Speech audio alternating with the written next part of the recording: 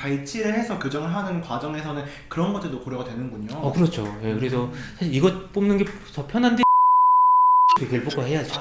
그럼 예,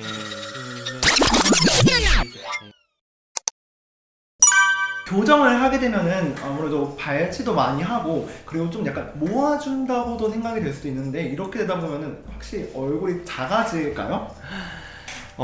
작아질 것 같나요? 저는 작아질 것 같아요. 네, 일단은 제가 일단 이건 정답에 대해서 알려드릴게요. 저도 처음에는 얼굴이 뭐 갸름해졌다고 해서 처음 교정 배울 때는 그게 다 뭐 헛소문이고 루머, 이제 미신이라고 생각을 했는데 실제로 갸름해지는 경우가 있습니다. 왜 그럴까요? 치아를 뽑으니까? 실제로 그거랑은 상관은 없고요. 실제로 일단 입이 많이 들어간 경우에 전체적인 볼륨이 좀 들어가기도 해요. 첫 번째로 그거고, 그리고 교정 치료를 한다고 해서 여기 턱뼈 자체, 이제 저희가 이제 턱뼈 자체를 기저골이라고 하거든요. 네. 치아를 움직인다고 해서 이 골격 자체가 바뀌는 일은 사실은 없어요. 근데 교정 치료가 끝나고 나서 얼굴이 갸름해지는 경우가 사실은 꽤 있습니다. 네. 그 경우는 왜 그러냐면은 사실은 턱뼈가 얇아지는 건 아니고요. 저희가 여기 저작근 중에 교근이라고 하는 가장 큰 씹는 근육이 있어요. 교정 치료를 하게 되면은 예전에 꼭꼭 잘 씹어먹던 분들도 이제 뭔가 이제 통증도 좀 있고 꽉꽉 씹어먹기 좀 불편해요. 네. 그러다 보니까 이제 꽉꽉 안 씹어먹어요. 그러다 보니까 이게 볼륨이 좀 줄어들어요. 그러니까 깁스하고 나면 팔다리가 얇아져 있잖아요. 네. 딱 그거랑 마찬가지입니다. 하지만 교정 치료 끝나고 다시 우적우적 씹어먹으면 다시 원래대로 되더라고요.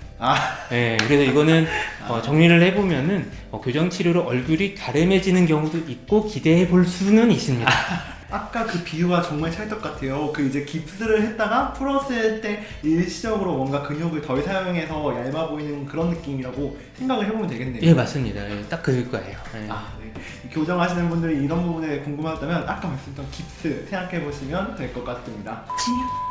그리고 이거는 저는 안 했지만 제 주변에서도 많이 했고 저희 가족들도 이제 교정을 하다 보니까 자주 치과에 가는 게 사실 조금 어렵기도 하고 불편한 경우도 있었는데 꼭 치과에 한 달에 한 번씩 가는 이유가 있을까요? 일단 이거는 뭐 약간 생력학적으로 이제 검증된 기간이라는 게 있어요. 치아가 이제 이동을 하고 자리를 잡으려면, 새로운 자리에 위치가 되려면은 보통 교과서적으로는 한 4주에서 6주 정도 걸린다고 얘기를 합니다. 네, 그래서 일반적으로 보통 이제 한 달에 한 번씩 내원을 해주는 건데요. 그런데 이제 뭐 어떤 사정이 있어서 뭐 잠깐 뭐 몇 달 정도 내원을 못 한다고 해서 뭐 대부분 큰일 나거나 그러지는 않아요. 그리고 요즘에는 군대 가면서 교정 치료 시작하시는 분들도 굉장히 많더라고요. 요즘에 군대 가서는 뭐 사실 뭐 그렇게 예뻐 보일 필요는 없잖아요. 예. 그렇기 때문에 교정 들어가기 전에 교정장치 딱 붙이고, 그리고 군대 제대하면서 교정장치 딱 떼고, 사회생활에서 이제 예쁜 모습으로 다시 딱 지내고. 근데 군대 가서도 사실 교정 치료가 뭐 대부분 진행이 잘 됩니다. 예. 요즘에는 뭐 휴가를 그래도 뭐 매달까지는 아니어도 보통 뭐 6주, 뭐 2달에 한 번 정도씩은 그래도 최소한 그 정도 다 나오더라고요. 그렇게 되면 뭐 예를 들면 교정 치료 기간이 2년일 경우에는 그런 식으로 한 달에 한 번 내원을 못 한다. 그보다 사실은 조금 더 길어지는 경향이 있어요. 2년 걸릴 게 뭐 2년 뭐 3개월, 4개월 더 걸린다든지. 근데 그 정도 차이가 있을 뿐이지 결국 진행은 됩니다.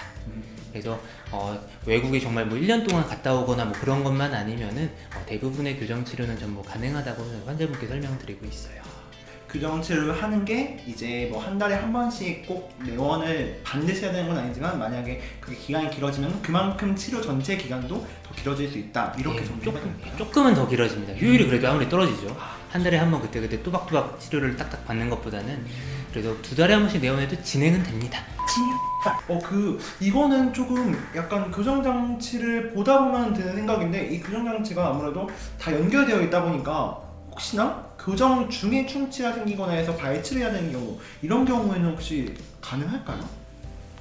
그거는 정말 그 상황에 따라 좀 다를 수가 있어요. 첫 번째는 일단 뭐 발치 교정을 할 경우에는 처음부터 발치할 치아를 상태가 안 좋은 치아 위주로 이제 발치를 하게 되죠. 그래서 이거는 좀 복잡한 얘기가 될 수도 있는데 일단 교정 치료 초반에 충치가 하나도 없다가 그게 썩어가지고 발치까지 될 경우는 사실 거의 없어요. 일단은 거의 없어요. 네. 중간에 문제가 있거나 그런 치아가 있을 경우가 많은데 일단은 뭐 현재 그 치아를 발치를 하게 되면은 원칙적으로는 교정 치료 끝나고 그거를 이제 임플란트를 하든 브릿지를 하든 이를 채워 넣는 게 원칙입니다. 네. 근데 만약에 초반부터 상태가 좀 안 좋은 치아가 있을 경우, 좀 선천적으로 치아가 없으신 분들도 많거든요, 중간중간. 네. 그런 경우에는 그 치아를 발치한 걸로 간주하고 발치하고 교정 치료를 하는 경우는 굉장히 많고요.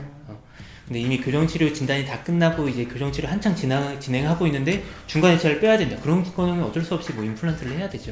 네, 그 교정 치료 보통 끝나면서 이제 하게 됩니다. 네, 그래서 사실 그것도 초반에 좀 진단이 중요합니다. 그래서 발치할 때도 이왕이면은 좀 많이 썼고 오랫동안 건강하게 못 쓸만한 치아를 우선적으로 좀 발치를 하고 교정 치료를 하죠. 발치를 해서 교정을 하는 과정에서는 그런 것들도 고려가 되는군요. 그렇죠. 예, 그래서 사실 이것 뽑는 게 더 편한데 뒤에 게 많이 썩어서 어쩔 수 없이 겔 뽑고 해야죠. 그럼. 예, 그러면은 환자분께 설명을 드리죠. 예, 원래 이거 뽑아야 되는데 그 뒤에 거 뽑아서 약간은 손이 더 많이 가고 치료 기간이 몇 달 정도 더 늘어날 수가 있습니다. 하지만 환자분 전체적인 치아 건강을 위해서는 이 환자분께 무조건 더 이득입니다. 이렇게 설명을 하고 어느 정도 환자분께 동의를 구하고 이렇게 치료를 하는 게 환자분은 더 이득이죠. 예. 교정을 하면서 이렇게 실제로 충치가 생겨서 교정하던 과정에서 발치하는 경우는 생각보다 없다라는 이야기를 들어보니까 좀 안심이 되는 것 같아요. 저는 혹시나 이러지 않을까라는 걱정을 했었던 것 같은데 다행인 것 같습니다. 근데 중간중간에 조금 썩는 경우는 많이 흔해요. 뭐 교정 때문이 아니라 어린 친구들은 워낙 이제 씹는 면에, 그러니까 교정이랑 어떻게 보면 관계없죠. 그 부분에 중간중간 충치가 생기는 경우는 많이 흔해가지고 그때그때 좀 치료를 간단하게 받아야 되는 경우는 뭐 생각보다 많습니다. 여러분 치과가 거기가 사실 제일 잘할 거예요. 확실합니다.